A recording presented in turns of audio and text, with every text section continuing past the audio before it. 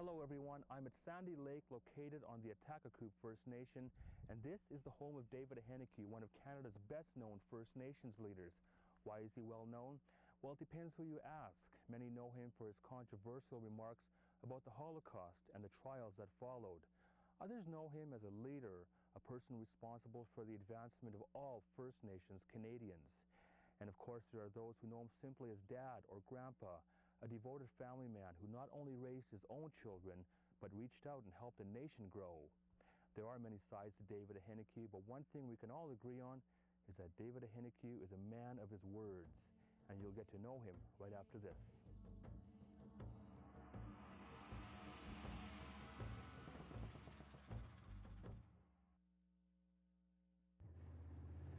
It's an image branded in the minds of most Canadians. David Ahenekue, former leader, walking in and out of court, being tried for uttering words of hate. The Second World War was created by the Jews. David Ahenekue praised Adolf Hitler, made hateful comments about Jews, the Holocaust, and some immigrants. He would remain defiant to the end. I refuse to cave in. There are principles and there are rules according to our laws and so forth, and you've got to live by those.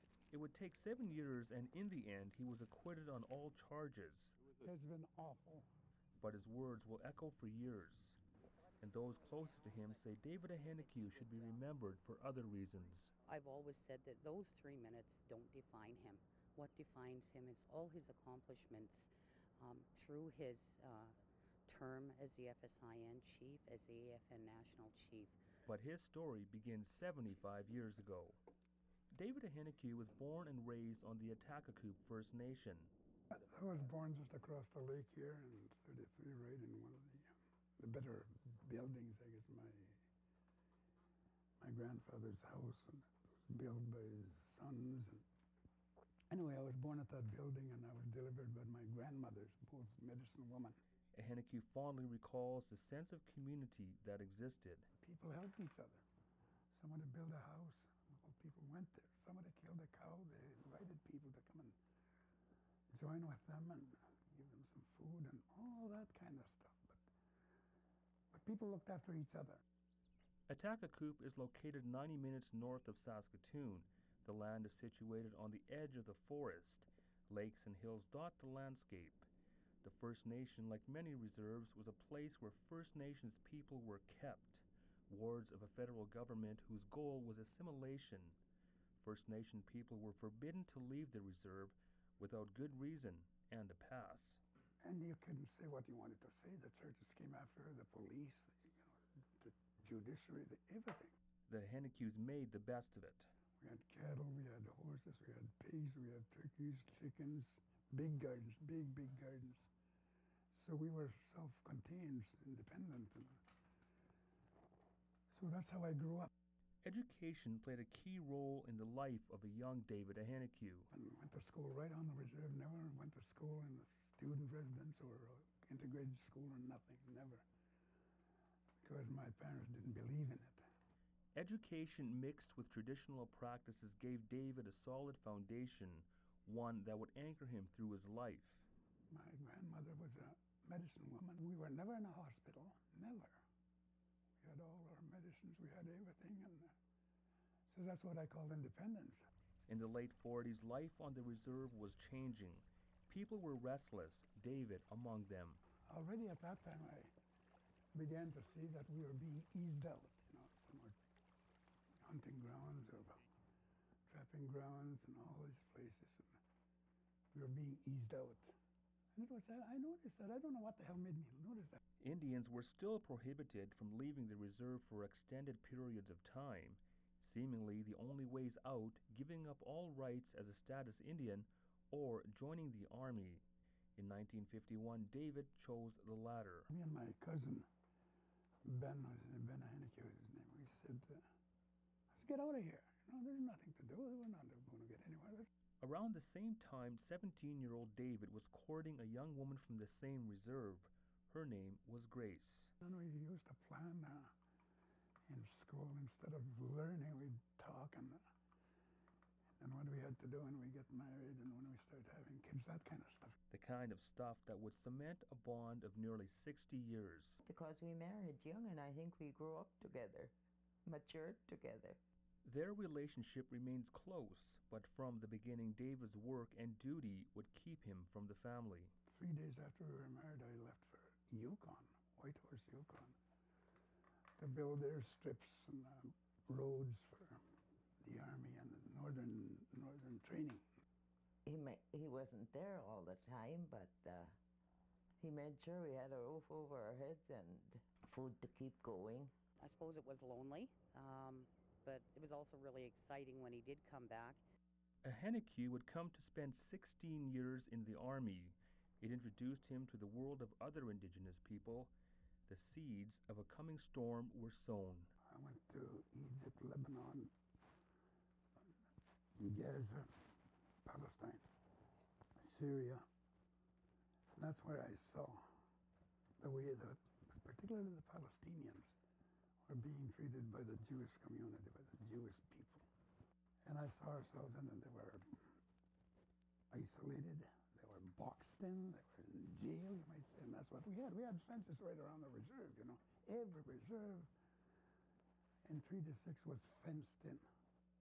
It wasn't to keep animals or anything. It was just to keep, and to be kept in there. Destiny was calling.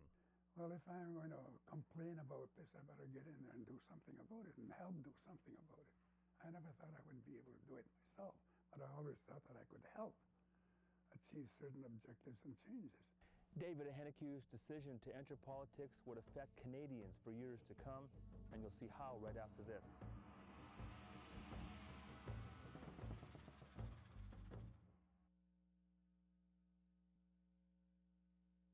The role of the white man's government in the lives of Canada's First Nations people was as black and white as the photographs that capture the day. It was the 1960s, and despite the cultural turmoil of the time, rarely would Indian people speak out or stand up for grievances long held inside. But the lessons of blacks in the American South served as a beacon for a young David Ahenekue. They stood up. They didn't care about their lives, but they care about the future of their people. And they showed that, they demonstrated that it was just all over. Schools, they were segregated, they were, they went in anyway. Politics and passion fueled First Nations leaders. And Walter Dieter was the chief of the FSIN, and he always asked me to come and work for me. Let's help me change things, And so one morning I phoned him. I said, "Look, is the job still open?" He said, "Yes." Well, I said, "I'll be there this afternoon." And then several months later, I took over from him. It was the early 70s, and David Ahenekue was chief of the Federation of Saskatchewan Indians. Quickly, Ahenekue became a household name. His face would dominate newspapers and magazines. His political style was shaped by his time in the Army, disciplined and organized, a formidable force in what would become the front lines of a conflict between change and the status quo. Well, you see, I was totally different from the people that the governments and so on were used to. Our people didn't fight that much. Only there were certain chiefs that fought the governments and their policies and their intrusion into our sovereign territory. They knew they were on a fast track for learning. They took their strength from past injustices and, of course, the treaties. Treaties automatically bind you together. That's what binds us together. That's what we used, Nothing else, not because you're a good speaker, not because people like you, but because they understood, that it's the treaties that does that, not one individual. David knew from the beginning the task of leading people wasn't his alone. He would have to involve all levels of government. And I had good friends in the province. One of those friends was then Saskatchewan Premier Alan Blakeney. David was a very, very good person to work with. He just said, "Fine, let's see what we can move forward." Until now, governments, federal and provincial, dealt with Indians from a distance and without consultation. Blakeney's NDP adopted a different approach. We wanted to do something for Aboriginal people and with Aboriginal people. We didn't have an Aboriginal policy in the sense that we would do this, this, and this, because we didn't know what should be done. We used to call them Indians then when nobody objected to that. They're just going to have to sort of integrate into the economic mainstream. And he said, I know that, but not integrate one by one. There's no way that can work. That's why we became so strong in such a short while. Everyone knew a solution rested in raising the self-esteem of Indian people, giving them confidence and pride in who they were and who they might become. Education would be the answer. And then that's when we started saying, we're going to take control of our education.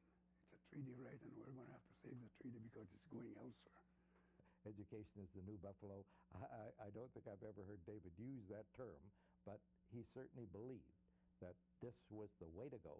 Get a whole group of our people ready, willing, and able to wrestle with the non-Aboriginal community on their terms as educated people with a different point of view and a different history and a different culture. And so it began. First Nations people began enrolling in university and colleges like never before. There were only, at most, a couple of hundred people of Aboriginal origin in post-secondary education in Saskatchewan in 1971. His major accomplishment would be the creation of the Saskatchewan Indian Federated College, among others. There's no doubt that David Ahenekue was key in getting the Sask Indian Federated College, and now the First Nations University. He was key in getting, along with Métis leaders, the Gabriel Dumont Community College, the Indian Cultural College. These have made an enormous difference in the status of Indian people. David's star was on the rise. People were watching and listening to what this voice of Canada's Aboriginal people had to say. He was a newsmaker. Ahenekue has never been one to hold back his words. Canadians don't really understand that there's rampant racism in this country. He still doesn't hold back his words. Anyway, good morning, and you can tell by my few words in Cree that I'm pissed off. He wasn't sort of afraid of non-Aboriginal people. And this was a great source of strength for him. How did you get along with him? Very good. Yeah? Very damn good. He was an asshole, and so was I. Future leaders would watch and learn. It was refreshing to see somebody from our side of the fence talk about First Nations the way it's supposed to be talked about, and in a positive way. And it's good to have somebody who has the strength to lead and direct the envelope rather than sit back and watch the world go by. He stood up for us. I was probably just a little young tykester then too, in the 70s. And then when I got into politics in the early 80s, I used to sit and admire this tenacity and this vigor and this fiber. And man, when he slammed the fist on the table, people noticed, government noticed.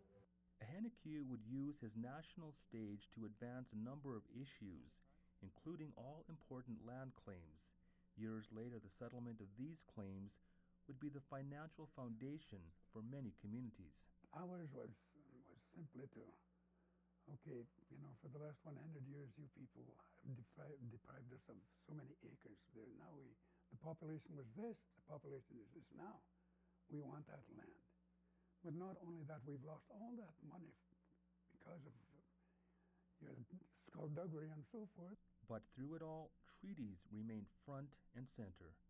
Put your treaties in front and then push, and then push. Whatever you have to do, keep pushing.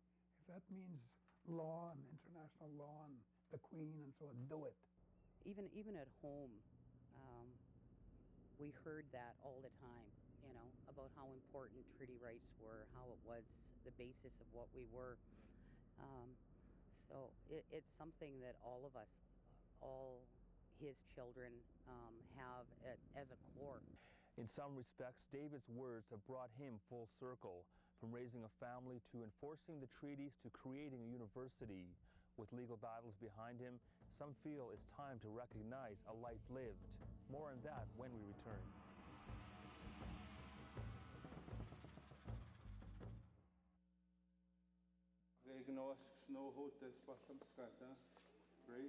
This is Onion Lake First Nation in northwest Saskatchewan. The occasion, a banquet to honor David Ahenekue. This is likely Ahenecue's final major public appearance.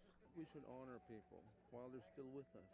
And many times, unfortunately, we do that at our communities. And when people are passed on at services, we recognize all the achievements.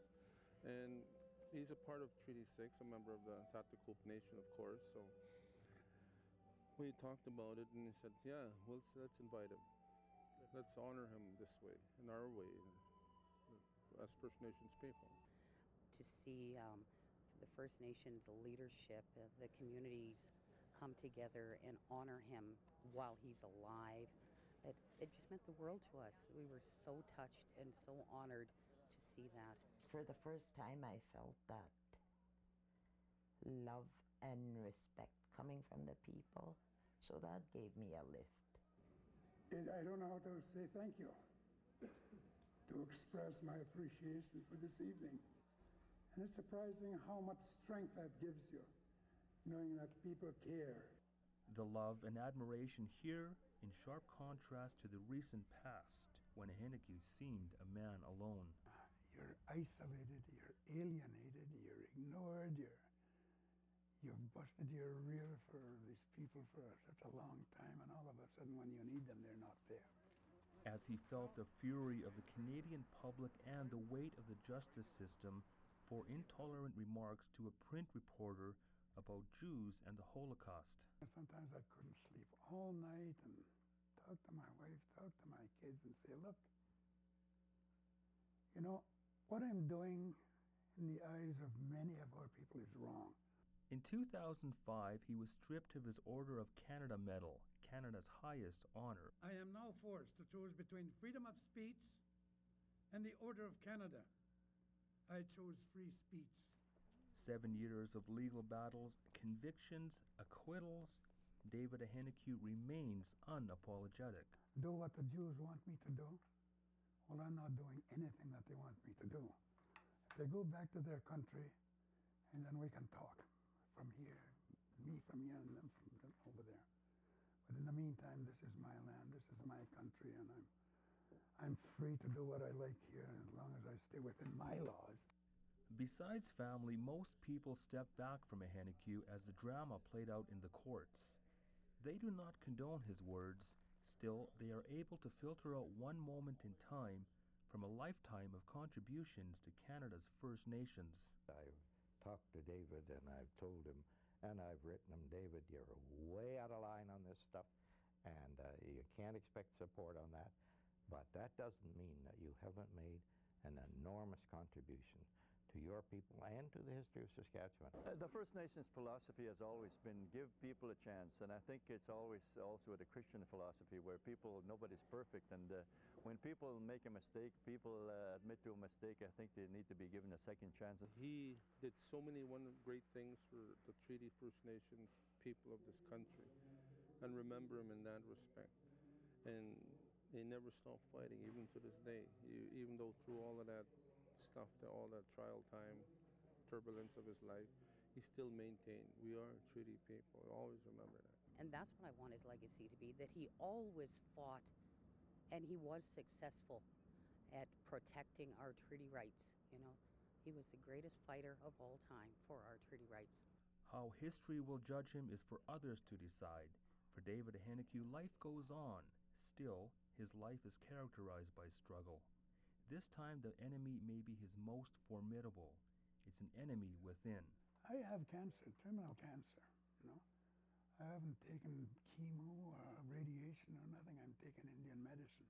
Even in this hour of uncertainty, David Ahenekue remains a man of his words. But this battle is not his alone.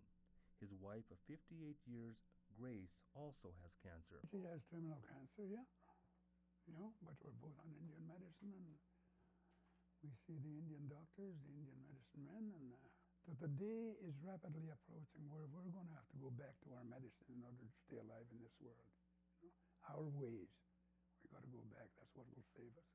And as they have done for so many years, David and Grace will wage the good fight together. The straight-talking, sometimes abrasive, oftentimes gentle man shows his humility. But my wife is the strong person in this family, and she gives you hell and says, "Get up and get the hell to work and do something, and tomorrow is coming, and you better be alive, and you know, and you're only going to live as long as you want to live." It's a big job being married and requires a lot of patience.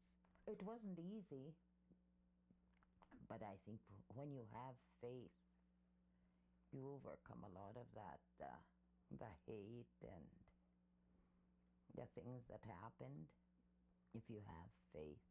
David acknowledges some will see his legacy as the intolerant remarks of an angry, bitter man. It is not what he wants written. I want to be remembered that all the things that we created in this province, I had something to do with it. You know, I was the leader. And I'm proud of that. I'm very, very proud of it. He was always loving, kind, supportive. It's just, you're just wonderful. There are no shortages of adjectives to describe David Ahenekue, some of them extreme, but no one denies the fact that he was a leader, a man of his words. You would think the last 7 years have been the most difficult of his life. They weren't. The hardest job I've ever had was to try and lead Indian people. Now it's impossible to lead. You know, there's no leaders now. And true to his nature, he has strong words for those who will follow. If you're going to be a leader, you're going to be a leader. And that means you have to have strength. You have to know what you're doing. You have to be able to talk to people and understand them. And then you have to be able to, to be convinced by your convictions and do it. If you're going to waffle and so forth, then you're not a leader. And we have lots of that now. My God. David Ahenekue, a man of his words. Thanks for watching.